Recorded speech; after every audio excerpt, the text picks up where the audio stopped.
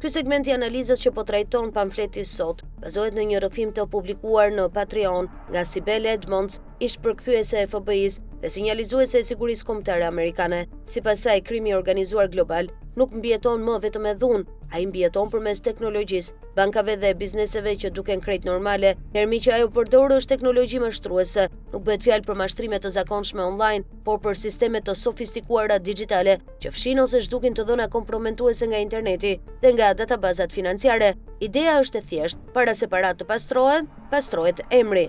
Sipas Edmonds, individ të lidhur me kartelet e drogës në Kolumbi, Ekuador dhe Brazil kanë përdorur kompani teknologjike, disa prej tyre me bazë në Izrael, për të zhdukur gjurmë digjitale që i pengonin të hynin sërish në sistemin bankar ndërkombëtar. Artikuj, regjistra, sinjale rreziku zhduken, identiteti i normalizohet dhe vetëm më pas hyn në lojë banka. Në këtë pikë përmendet Oak North Bank në Britani.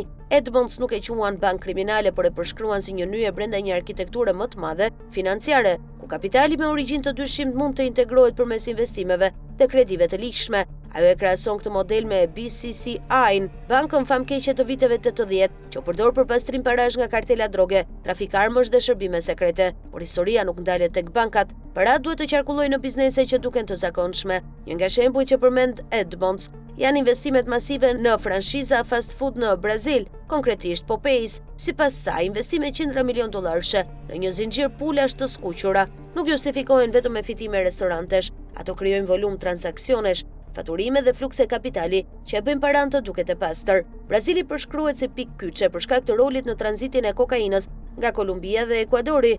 Në këtë zinxhir përmendet edhe mafia shqiptare, që sipas rrëfimit kontrollon transportin dhe futjen e drogës në Evropë përmes porteve dhe rrjeteve logjistike, prodhimi në Kolumbi, dalja përmes Ekuadorit, portet braziliane, transporti drejt Evropës. Sipas Edmonds, kjo nuk është fabul filmi, por një bashkëjetesë e eshtur mes biznesit të ligjshëm dhe krimit të organizuar, markat ndërkombëtare dhe investime strategjike shërbejnë si mbulesë. Dhe sipas saj, përpara se kapitali të shfaqet në projekte të mëdha zhvillimi apo territore të izoluara, ai kalon përmes një zinxhiri të gjatë teknologjik dhe financiar që bën të padukshëm origjinën. Rrëfimet e tjera që do të publikohen pjesë-pjesë premtojnë të zbresin këtë arkitekturë nga teoria në terren konkret. Ky është vetëm fillimi.